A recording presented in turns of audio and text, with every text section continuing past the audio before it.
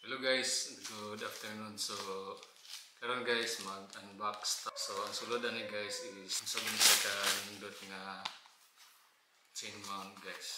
So, this is it. This is comes from Hans or Hank. Ang chain mount na ito guys is designed only for Astral helmet. So, without further ado, since mayroon tayong pang linis, so ito guys. So next part guys is tanggalin na natin. Last one guys, tanggal na. So ngayon idikit na natin dito. So ganito na siya guys. So okay guys, ito na. So maganda no. Yan na siya guys. Nice one. And then yan guys, ganda diba?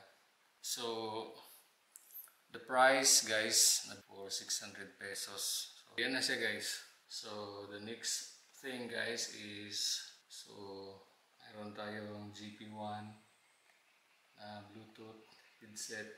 So ngayon guys, try natin ilagay ang ating GoPro guys. Okay, yun na.